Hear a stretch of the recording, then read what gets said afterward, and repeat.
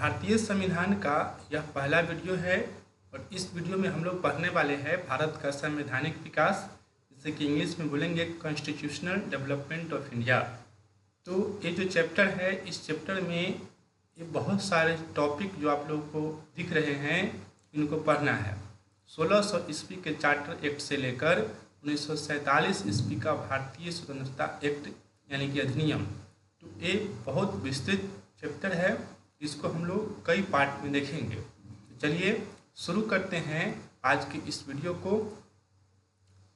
तो यहाँ पर सबसे पहले लिखा हुआ आप लोगों को दिख रहा होगा, अंग्रेज व्यापार से शासन। आप लोग जानते हैं कि अंग्रेज भारत आए थे तो उनका उद्देश्य केवल व्यापार करना था, लेकिन धीरे धीरे वो शासन में भी दिलचस्पी लेने लगे और 1600 ईस्वी में जो व्यापारी बनकर आए थे 1947 ईस्वी में भारत से गए। तो ये बहुत बड़ा कालखंड है और इस पूरे कालखंड को हम लोग पढ़ने में सुविधा के दृष्टिकोण से 3 हिस्सों में बांट लेंगे। पहला हिस्सा है ब्रिटिश कंपनी का व्यापारिक काल। अभी मैंने आपको बताया कि ब्रिटिश कंपनी जो यहाँ आई थी वो क्यों आई थी, व्यापार करने के लिए। कब आई थी?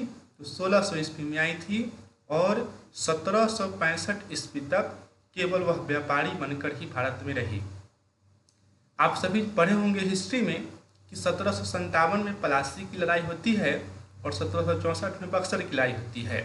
बक्सर की लड़ाई को इलाहाबाद की 2 संधियों के साथ समाप्त किया जाता है और वो संधि जो होती है 1765 ईस्वी में होती है।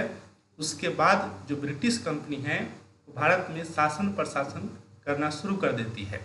तो दूसरा जो यहाँ पर कालखंड होगा वह होगा ब्रिटिश कंपनी का प्रशासनिक काल। यह कब से कब तक है? यह 1765 से लेकर 1857 ईस्वी तक है। 1857 ईस्वी में 1857 की महान क्रांति हुई थी और उस क्रांति के बाद ब्रिटिश कंपनी से प्रशासन लेकर ब्रिटिश क्राउन के हाथ में सौंप दिया गया था, यानी कि वहाँ से राजा महाराजा और रानी का शासन भारत में शुरू हो गया था। तो ये जो तीसरा कालखंड होगा उसको हम लोग बोलेंगे ब्रिटिश क्राउन का प्रशासनिक काल। यह कब से कब तक है? तो यह 1858 में शुरू हुआ और भारत की आज़ादी तक 15 अगस्त 1947 तक रहा। तो इन तीनों कालखंड को आपको दिमाग में सेट कर लेना है। पहला 1600 से 1765, यह ब्रिटिश कंपनी का व्यापारिक काल रहा। दूसरा 1765 से 1857, यह ब्रिटिश कंपनी का प्रशासनिक काल रहा। जबकि तीसरा जो है यह 1858 से 1947, यह ब्रिटिश क्राउन का प्रशासनिक काल रहा। तो ये जो वीडियो है, इस वीडियो में हम लोग केवल पढ़ेंगे ब्रिटिश कंपनी का व्यापारिक काल। इस दौरान जो है कोई संवैधानिक विकास नहीं हुआ है, लेकिन इस टॉपिक को पढ़ना बहुत ज़रूरी है क्योंकि इस टॉपिक से बहुत सारे क्वेश्चन जो हैं कॉम्पिटिटिव एग्जाम में देखने को मिलते हैं। साथ ही साथ यह आगे की बातों को समझने में बहुत मदद करेगा। तो चलिए हम लोग आज पढ़ लेते हैं ब्रिटिश कंपनी का व्यापारिक काल। तो अभी मैंने आपको बताया था कि ब्रिटिश कंपनी का व्यापारिक काल 1600 ईस्वी में शुरू होता है और 1765 ईस्वी तक चलता है। और इस दौरान ब्रिटिश कंपनी जो है उसमें 2 चार्टर एक्ट पारित किया जाता है। पहला चार्टर एक्ट है 1600 ईस्वी का चार्टर एक्ट और दूसरा 1726 ईस्वी का चार्टर एक्ट। तो आपसे यह सवाल भी पूछा जा सकता है कि ब्रिटिश कंपनी के व्यापारिक काल के दौरान कितना एक्ट पारित किया गया? तो आप क्या बताएंगे? 2 एक्ट पारित किया गया। पहला 1600 ईस्वी में और दूसरा 1726 ईस्वी में। तो इन दोनों एक्ट को हम लोग पहले समझ लेते हैं। तो पहला एक्ट 1600 ईस्वी का चार्टर एक्ट है, इसको समझते हैं पहले। तो समझिए 1599 ईस्वी में लंदन के कुछ व्यापारियों ने मिलकर एक कंपनी बनाई थी, जिसको कि लंदन कंपनी आप कह सकते हैं। तो ये जो लंदन कंपनी था, इसका उद्देश्य था कि भारत और अन्य पूर्वी देश के साथ व्यापार करना। तो यह भारत और अन्य पूर्वी देश के साथ व्यापार करने के उद्देश्य से कंपनी बनाई गई थी। इस कंपनी को एलिजाबेथ प्रथम ने एक चार्टर दिया था, एक अधिकार पत्र दिया था, वो कब दिया था? तो 31 दिसंबर 1600 ईस्वी को दिया था।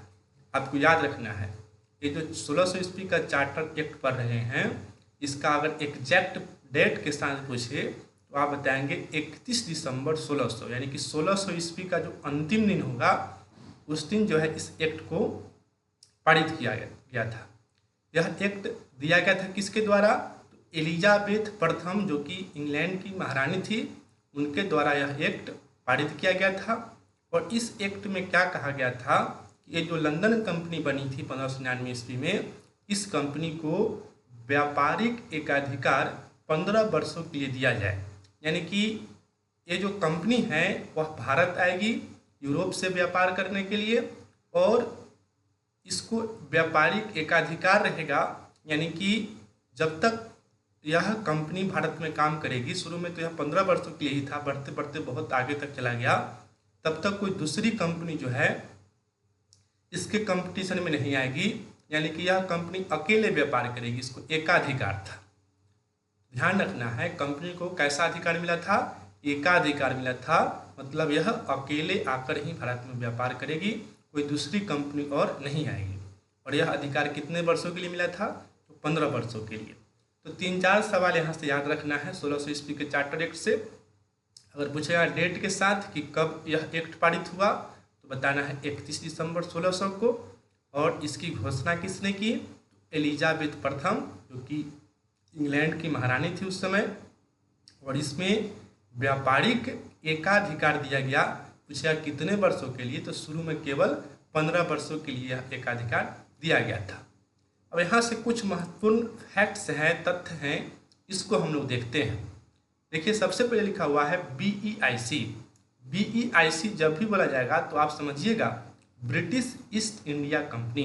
B for British, E for east, I for India, C for company. तो ये जो ब्रिटिश ईस्ट इंडिया कंपनी है, इसकी स्थापना अगर पूछी जाए कि इसकी स्थापना कब हुई थी, तो 31 दिसंबर 1600 को एलिजाबेथ प्रथम ने चार्टर की घोषणा 31 दिसंबर 1600 ईस्वी को की थी। इसलिए 31 दिसंबर 1600 ईस्वी को ही माना गया कि ब्रिटिश ईस्ट इंडिया कंपनी की स्थापना हुई। तो कभी भी कोई आपसे पूछे कि ब्रिटिश ईस्ट इंडिया कंपनी की स्थापना कब हुई, तो आप बताएंगे 1600 ईस्वी के अंतिम दिवस, यानी कि 31 दिसंबर 1600 को। अब ये जो ब्रिटिश ईस्ट इंडिया कंपनी हम लोग बोलते हैं, शुरू में इसका नाम ब्रिटिश ईस्ट इंडिया कंपनी नहीं था। कई कंपनियों को मिलाकर इसका नामकरण बाद में हुआ था, और यह नामकरण हुआ था 1833 ईस्वी में। ये भी ध्यान रखना है कि ब्रिटिश ईस्ट इंडिया कंपनी जो कंपनी का नाम पड़ा, यह शुरू से नहीं था, यह कब पड़ा? 1833 ईस्वी में। 1833 ईस्वी में एक चार्टर एक्ट पारित हुआ था, और उसी के तहत कंपनी का नाम क्या रखा गया? British east India company. ये भी सवाल आपको याद हो क्या होगा। अब आगे देखिए, यहाँ लिखा हुआ है कि व्यापारिक एकाधिकार समाप्त। अभी मैंने आपको बताया कि शुरू में 31 दिसंबर 1600 ईस्वी को जब महारानी एलिजाबेथ प्रथम ने चार्टर को घोषणा किया था, चार्टर की घोषणा किया था, तो उसमें व्यापारिक एकाधिकार दिया गया था केवल 15 वर्षों के लिए। और यह बढ़ते बढ़ते जो है 1813 ईस्वी तक गया, और 1813 ईस्वी में कंपनी के व्यापारिक एकाधिकार को समाप्त कर दिया गया। यह क्वेश्चन बहुत महत्वपूर्ण है, कई बार एग्जाम में पूछा गया है कि कंपनी के व्यापारिक एकाधिकार को कब समाप्त किया गया। आपको याद रखना है 1813 में। कब समाप्त किया गया? 1813 में।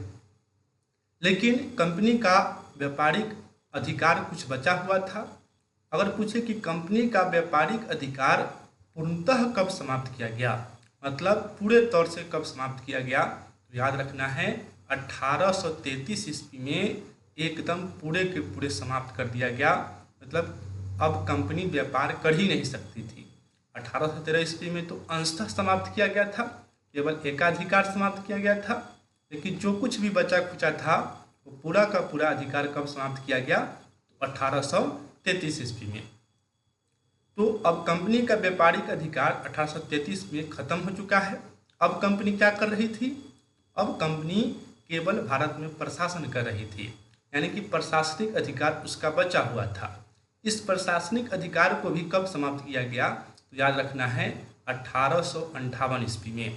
तो 1858 ईस्वी में कंपनी के प्रशासनिक अधिकार को भी पूर्णतः खत्म कर दिया गया। फिर से सुन लीजिए तीनों बातों को। पूछेगा कि व्यापारिक एकाधिकार कब समाप्त किया गया, तो बताएंगे 1813 में। फिर पूछेगा कि व्यापारिक अधिकार पूर्णतः कब समाप्त कर दिया गया, तो 20 साल बाद 1833 ईस्वी में।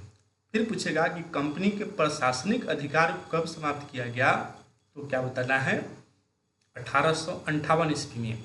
1857 ईस्वी की जो क्रांति हुई थी उसमें अंग्रेज जो है डर गया था। इंग्लैंड सरकार को लगा था कि अब कंपनी को यहाँ से अच्छी तरह से शासन नहीं कर रही है, तो हो सकता है भारत से भागना पड़े। तो स्वयं जो है वह शासन अपने हाथों में ले ली थी, तो प्रशासनिक अधिकार को समाप्त कर दिया गया था 1858 में। अगर ये क्वेश्चन पूछे कि कंपनी बंद कब हुआ, मतलब जो 31 दिसंबर 1600 ईस्वी को कंपनी स्थापित हुई थी, एक ख़त्म कब हुई, ये समाप्त कब हुई, तो याद रखना है 1 जनवरी 1884 ईस्वी को। यह क्वेश्चन बहुत ज़्यादा महत्वपूर्ण है। तो कंपनी की स्थापना वर्ष पूछे तो 1600, और कंपनी का समाप्ति वर्ष पूछे कि कब समाप्त हुआ, तो 1884। तो ये सारे प्रश्न जो हैं कंपनी से जुड़ा हुआ आपको याद हो गया होगा। अब थोड़ा सा समझते हैं हम लोग कि भारत में क्या स्थिति थी उस समय। मतलब भारत में मुगल वंश तो चल ही रहा था। तो यहाँ से 3 और इम्पोर्टेंट फैक्ट्स है, इसको समझिए। जैसे अगर पूछा क्वेश्चन कि कंपनी के स्थापना के समय मुगल बादशाह कौन था, मतलब 31 दिसंबर 1600 ईस्वी को कंपनी की स्थापना हुई थी, तो मध्यकालीन भारत आप पढ़े होंगे अकबर जो है 1605 ईस्वी में मरा था, ठीक है, और 1600 ईस्वी में कंपनी की स्थापना हुई। तो जाहिर सी बात है कि स्थापना के समय मुगल बादशाह कौन होगा, तो वो होगा अकबर। तो ये समझ में आ गया। क्वेश्चन अगर पूछेगा कि कंपनी की स्थापना के समय मुगल बादशाह कौन था भारत में, तो क्या बताना है, अकबर था। फिर आगे है कि व्यापार प्रारंभ करने के समय मुगल बादशाह कौन था। तो व्यापार प्रारंभ अकबर के शासनकाल में नहीं हुई थी, व्यापार प्रारंभ हुई थी जहांगीर के शासनकाल में। हिस्ट्री में आप पढ़िएगा कि कैप्टन हॉकिंस नामक व्यक्ति आता है जहांगीर के दरबार में, और उसी के कहने पर जो है फिर से जो है व्यापारिक अधिकार कंपनी को मिलता है, भारत में व्यापार करना शुरू कर देती है कंपनी। तो याद रखना है व्यापार शुरू जो की थी कंपनी वह जहांगीर के शासनकाल में। फिर आपसे पूछेगा कि कंपनी का मुगल से संघर्ष कब शुरू हुआ, यानी कि कंपनी और मुगल में लड़ाई झगड़ा कब शुरू हुआ, तो ये औरंगजेब के शासनकाल में शुरू हुआ था। ये 3 मुगल वंश से जुड़े हुए प्रश्न हैं जो आपको याद रखना है। हम उम्मीद करते हैं कि आपको याद हो गया होगा। पूछेगा स्थापना के समय कौन था मुगल बादशाह, तो अकबर। व्यापार प्रारंभ किसके काल में हुआ, तो जहांगीर के काल में। और संघर्ष किसके काल में शुरू हुआ, तो औरंगजेब के काल में।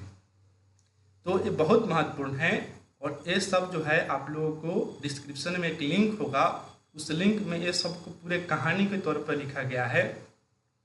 उस लिंक से एक वेबसाइट पर पहुंचिएगा और आराम से आप उसको पढ़ सकते हैं, उसका नोट्स बना सकते हैं।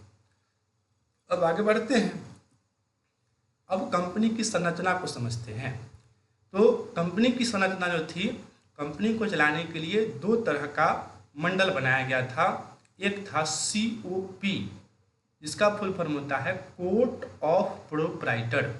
फिर से आप सुन लीजिए, C का मतलब था कोर्ट, O का मतलब था ऑफ, और P का मतलब था प्रोप्राइटर। तो कोर्ट ऑफ प्रोप्राइटर एक संस्था थी, हिंदी में इसको बोलते थे स्वत्वधारी मंडल। क्या बोलते थे, स्वत्वधारी मंडल बोलते थे। ये जो COP थी, ये कौन थी, ये जो थे कंपनी के शेयर धारक थी, और जिनके पास मतलब कंपनी में जो भी ऐसे लोग थे जो 500 पाउंड से अधिक का पैसा लगाए हुए थे, वो लोग क्या कहलाते थे, COP कहलाते थे, स्वत्वधारी मंडल। हिंदी में इम्पोर्टेंट नहीं है, आपको इंग्लिश में याद रखना है कोर्ट ऑफ प्रोप्राइटर। तो कोर्ट ऑफ प्रोप्राइटर एक कंपनी के वैसे लोग होते थे जो कि 500 पाउंड से अधिक रुपए लगाते थे। फिर है COD, निदेशक मंडल, इसको हिंदी में हम लोग बोलते हैं। COD का मतलब होता है court of director. C for court, O for of, और D फॉर डायरेक्टर। यानी कि कंपनी को चलाने के लिए जो होती थी वह कोर्ट ऑफ डायरेक्टर होती थी, निदेशक मंडल होती थी। अब कोर्ट ऑफ डायरेक्टर से कुछ सवाल आपसे पूछेगा कि इसमें सदस्यों की संख्या कितनी थी। तो आपको बताना है कि शुरू में जब कोर्ट ऑफ डायरेक्टर की स्थापना हुई थी तो उसमें सदस्यों की संख्या 24 थी। फिर आगे चलकर यह 18 हो जाएगी, वो हम लोग आगे देखेंगे। अभी आपको याद रखना है कि शुरुआती समय में कोर्ट ऑफ डायरेक्टर में सदस्यों की संख्या कितनी थी, तो 24 थी, 24 थी। पूछेगा कि इसका कार्यकाल कितना होता था। ये जो 24 सदस्य थे, इन 24 में 24 का कार्यकाल 1 वर्ष के लिए होता था।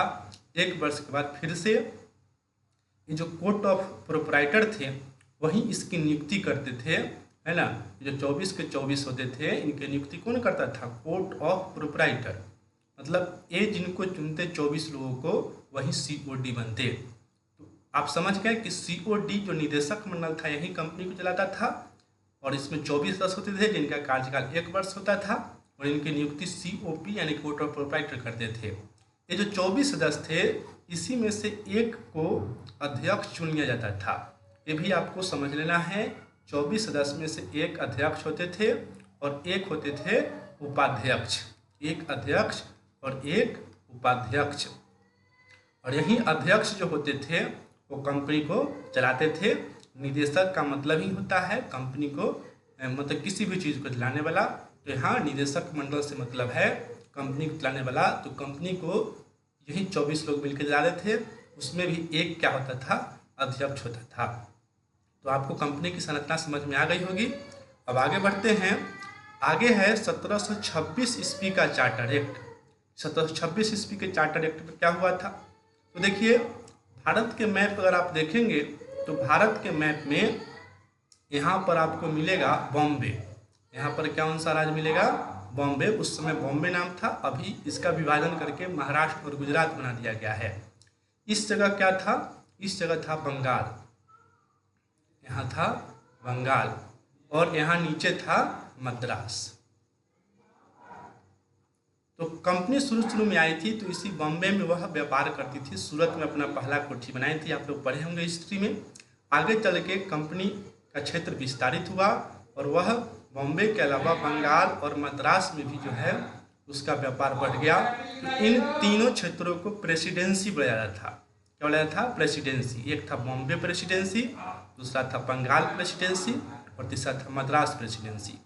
ये जो 1726 ईस्वी का चार्टर एक्ट था, इसमें कहा गया कि ये जो तीनों प्रेसिडेंसी है इसके लिए गवर्नर बनाया जाएगा। क्या बनाया जाएगा, गवर्नर। और यही गवर्नर जो होगा व्यापार करने के लिए स्वतंत्र रूप से विधि बनाने का अधिकार उसको दिया गया। मतलब गवर्नर को इन सब क्षेत्रों में, जैसे बॉम्बे का गवर्नर होगा तो बॉम्बे में व्यापार करने के लिए विधि बनाएगा, नियम बनाएगा। मतलब ये तीनों स्वतंत्र थे, ये तीनों एक दूसरे का हस्तक्षेप नहीं करते थे, जिसको जैसे मन था अपने क्षेत्र में व्यापार करती थी। तो 1726 ईस्वी के चार्टर एक्ट में यही हुआ था कि बॉम्बे प्रेसिडेंसी, बंगाल प्रेसिडेंसी और मद्रास प्रेसिडेंसी के गवर्नर को स्वतंत्र रूप से नियम बनाने की शक्ति, विधि बनाने की शक्ति दी गई थी। तो ये समझ गए होंगे आप लोग। अब आगे बढ़ते हैं। यहाँ हम लोगों को 1765 तक पहुँचना है। अब हम लोगों को प्लासी का युद्ध देखना है। अभी मैंने आपको बताया था कि यह काल जो था 1600 से शुरू हुआ था और 1765 तक चला था। तो हम आपको 1765 तक पहुँचाएंगे, फिर जो है नेक्स्ट वीडियो आएगा उसका। तो इसमें प्लासी का युद्ध को समझना पड़ेगा। आप सभी पढ़े हैं कि प्लासी का युद्ध कब हुआ था, 1757 में। डेट अगर पूछेगा तो 23 जून याद रखना है। 23 जून 1757 को हुआ था प्लासी का युद्ध। किसके किसके बीच हुआ था, इसमें अंग्रेज की तरफ से था रॉबर्ट क्लाइव। अंग्रेज सेनापति कौन था इसमें, तो ये था रॉबर्ट क्लाइव। और सिराजुद्दौला जो था ये कौन था, ये था बंगाल का नवाब। तो बंगाल का नवाब और अंग्रेजों के बीच हुआ था प्लासी की लड़ाई। इस प्लासी की लड़ाई में रॉबर्ट क्लाइव जीत गया था और सिराजुद्दौला की हार हुई थी। इसके साथ धोखाधड़ी हुई थी। विस्तृत रूप से आप पढ़ेंगे हिस्ट्री में इसको। सिराजुद्दौला जो है हारने के बाद भागकर मुर्शिदाबाद चला गया था। क्वेश्चन आपसे पूछेगा कि प्लासी के युद्ध हारने के बाद सिराजुद्दौला कहाँ चला गया था, तो आपको याद रखना है मुर्शिदाबाद चला गया था। और जैसे ही यह मुर्शिदाबाद पहुँचा, वहाँ मीर जाफर का बेटा था मीर जाफर का कौन था? बेटा, जिसका नाम था मीरन। इस मीरन ने मोहम्मद बेग को आदेश दिया था कि सिराजुद्दौला की हत्या कर दो। यही मोहम्मद बेग जो है सिराजुद्दौला की हत्या कर देता है। तो इस तरह से सिराजुद्दौला खत्म हो जाता है। तो आपसे क्या क्या सवाल यहाँ से पूछेगा? आपसे पूछेगा कि सिराजुद्दौला की हत्या किसने किया? तो मोहम्मद बेग ने। किसके कहने पर? मीरन के कहने पर। ये मीरन है कौन? यह मीर जाफर का पुत्र है। और इसकी हत्या कहाँ हुई? तो मुर्शिदाबाद में हुई। अगर ईस्वी पूछे तो 1757 ईस्वी की घटना है, याद रखना है। तो 1757 में सिराजुद्दौला मारा गया। जैसे ही सिराजुद्दौला की मृत्यु हुई तो अंग्रेजों ने बंगाल का नवाब बना दिया किसको? मीर जाफर को। और मीर जाफर 1757 ईस्वी में नवाब बना और 1760 ईस्वी तक यह नवाब रहा। तो अंग्रेजों ने मीर जाफर को नवाब बना दिया, तो ऐसे फ्री में तो नहीं बनाया होगा। मीर जाफर को इसके लिए क्या करना पड़ा कि 24 परगने की जमींदारी देनी पड़ी अंग्रेजों को। कितने परगने की? 24 परगने की। आपसे पूछेगा कि पलासी युद्ध के बाद मीर जाफर ने अंग्रेजों को कितने परगने की जमींदारी दी थी? तो 24 परगने की जमींदारी दी थी। इसके अलावा ये जो रॉबर्ट क्लाइव है, इस रॉबर्ट क्लाइव को 2 लाख रुपया दिया था। कौन दिया था 2 लाख रुपया? यही मीर जाफर दिया था। इसके अलावा 50 लाख रुपया सेना को भी दिया था। 50 लाख रुपया किसको दिया था? सेना को। ये सब पूछेगा नहीं आपसे, लेकिन समझने के लिए, एक स्टोरी बनाने के लिए मैं बता रहा हूँ कि बंगाल का नवाब मीर जाफर अंग्रेजों को 24 परगने की जमींदारी, रॉबर्ट क्लाइव को 2 लाख रुपया और सेना जो था उसको 50 लाख रुपया दिया था। अब ये सब देने के बाद मीर जाफर देखा कि नवाब जो है, मतलब ये बंगाल का नवाब है, लेकिन बंगाल का जो खजाना था वह खाली हो रहा है और नवाब का बहुत ज़्यादा वैल्यू है नहीं। ये बात अंग्रेजों को पता चल गई कि मीर जाफर जो है अब असंतुष्ट रह रहा है। तो मीर जाफर के स्थान पर मीर कासिम को नवाब बनाया गया। मीर जाफर के बाद कौन नवाब बना? मीर कासिम। ये मीर कासिम कौन है? तो इसी मीर जाफर का ये दामाद है। पूछेगा कि मीर कासिम जो है मीर जाफर का कौन था? तो मीर जाफर के दामाद था। तो अंग्रेज अब मीर कासिम को 1760 ईस्वी में नवाब बना देता है और यह 1763 ईस्वी तक नवाब रहता है। इसको कैसे हटाता है? देखिए, मीर कासिम जो है एक दस्तक प्रणाली होती थी, उसको लेकर असंतुष्ट था। दस्तक प्रणाली का मतलब यह था कि यह एक तरह का पास था। व्यापार करने के लिए जो पास बनता है, लाइसेंस बनता है, उसी तरह का एक पास था दस्तक। और इस दस्तक प्रणाली के तहत कोई भी अंग्रेज जो है बंगाल में बिना कर दिए हुए व्यापार कर सकता था। इसके लिए उसको टैक्स देने की जरूरत नहीं पड़ती थी, कर देने की जरूरत नहीं पड़ती थी। बस ये दस्तक प्रणाली के द्वारा जो है व्यापार आसानी से कर पाता था। तो यही दस्तक प्रणाली को लेकर मीर कासिम नाखुश था और इसी नाखुशी के चलते जो है 1763 ईस्वी में एक युद्ध होता है, उदय नाला का युद्ध। यह पूछा क्वेश्चन आपसे, है ना? यह युद्ध बहुत पॉपुलर नहीं है, लेकिन अब कंपटीशन टफ हो रहा है, ये सब क्वेश्चन निकल के आएगा। तो मीर कासिम और अंग्रेजों के बीच कौन सा युद्ध होता है? उदय नाला का युद्ध होता है। कब होता है? 1763 ईस्वी में। और इस युद्ध में मीर कासिम जो है हार जाता है। याद रखना है, मीर कासिम उदय नाला का युद्ध हार गया और हारने के बाद भागकर अवध चला गया। तो कहानी आपको समझ में आ गई। उदय नाला का युद्ध 1763 ईस्वी में हुआ मीर कासिम और अंग्रेजों के बीच, और मीर कासिम हारा और हारने के बाद अवध भाग गया। उसके बाद क्या हुआ कि फिर से मीर जाफर को नवाब बना दिया गया। कब? तो 1763 में। इस तरह से आपने देखा कि पहले सिराजुद्दौला को नवाब बनाया गया, सिराजुद्दौला तो नवाब था ही।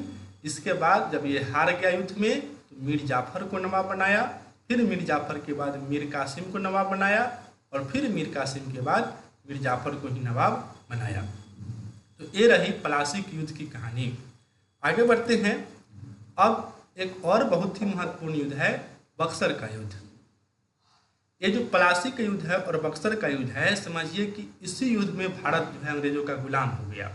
ये बात सभी लोग पढ़ते हैं कि भारत आज़ाद हुआ था 15 अगस्त 1947 को, लेकिन ये बात नहीं पढ़ते कि गुलाम कब हुआ।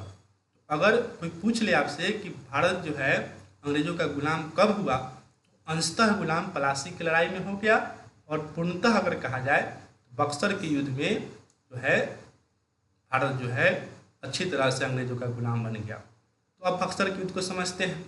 तो ये तो आप सभी को पता है, क्या युद्ध हुआ था 1764 ईस्वी में। किसके किसके बीच हुआ था? इसमें अंग्रेजों की तरफ से था हेक्टर मुनरो, और भारत की तरफ से 3 लोग थे। एक थे शाह आलम द्वितीय, दूसरे थे सुजाउद्दौला, और तीसरे थे मीर कासिम। मैं समझाता हूँ कि बक्सर के युद्ध की पृष्ठभूमि कैसे तैयार हुई। अभी मैंने आपको बताया कि प्लासी के युद्ध के बाद एक उदयनाला का युद्ध हुआ 1763 ईस्वी में, और ये जो मीर कासिम है यह हार गया था, और हारने के बाद ये कहाँ चला गया? अवध। तो अवध का नवाब था सुजाउद्दौला। जो सुजाउद्दौला लिखा हुआ है ये कौन है? ये है अवध का नवाब। तो मीर कासिम भागकर यहीं अवध के नवाब के पास जाता है और अवध के नवाब को मिला लेता है अपने साथ। कहता है कि हम लोग अंग्रेज से लड़ेंगे। फिर ये दोनों मिलते हैं किससे? शाह आलम द्वितीय से। शाह आलम द्वितीय कौन है? ये जो शाह आलम द्वितीय हैं उस समय का मुगल बादशाह है। 1764 ईस्वी में मुगल बादशाह कौन था? यही था शाह आलम द्वितीय। तो मीर कासिम, सुजाउद्दौला और शाह आलम द्वितीय ये तीनों एक गुट बना लेते हैं, एक संयुक्त सेना का निर्माण करते हैं, और किसके विरुद्ध लड़ते हैं? हेक्टर मुनरो के विरुद्ध लड़ते हैं। किसके विरुद्ध? हेक्टर मुनरो के विरुद्ध। लेकिन इस बार भी हेक्टर मुनरो विजयी होता है, अंग्रेज विजयी होते हैं, और इन तीनों को पराजय का मुंह देखना पड़ता है। मीर कासिम फिर से भाग जाता है। मीर कासिम जो है भागने में बहुत तेज था, तुरंत भाग जा रहा था। जैसे इसको लग रहा है कि हम हार रहे हैं, भाग जा रहा था। तो मीर कासिम तो भाग गया, बचा कौन? मुगल बादशाह शाह आलम द्वितीय और अवध का नवाब सुजाउद्दौला। तो अब इन दोनों के साथ अंग्रेजों ने इलाहाबाद की 2 संधि की। एक क्वेश्चन आपसे पूछेगा कि बक्सर का युद्ध के बाद कौन सी संधि हुई, तो आपको बताना है इलाहाबाद की संधि, और इलाहाबाद की 2 संधि हुई थी। इलाहाबाद की कितनी संधि हुई थी? 2 संधि। इसमें ज़्यादा इम्पोर्टेंट है प्रथम संधि। तो प्रथम संधि कब हुई थी? पूछेगा आपसे कि इलाहाबाद की प्रथम संधि कब हुई, तो आपको याद रखना है 12 अगस्त 1765 ईस्वी को। किसके किसके बीच? तो रॉबर्ट क्लाइव। अब यहाँ क्लाइव ध्यान रखना है, बक्सर के युद्ध में सेनापति था हेक्टर मुनरो, लेकिन संधि कौन कर रहा है? Robert Clive. तो यहाँ फंसिएगा, हेक्टर मुनरो कभी नहीं बनाइएगा कि इलाहाबाद की प्रथम संधि या द्वितीय संधि किसके किसके बीच हुई। तो ये हुई थी किसके किसके बीच?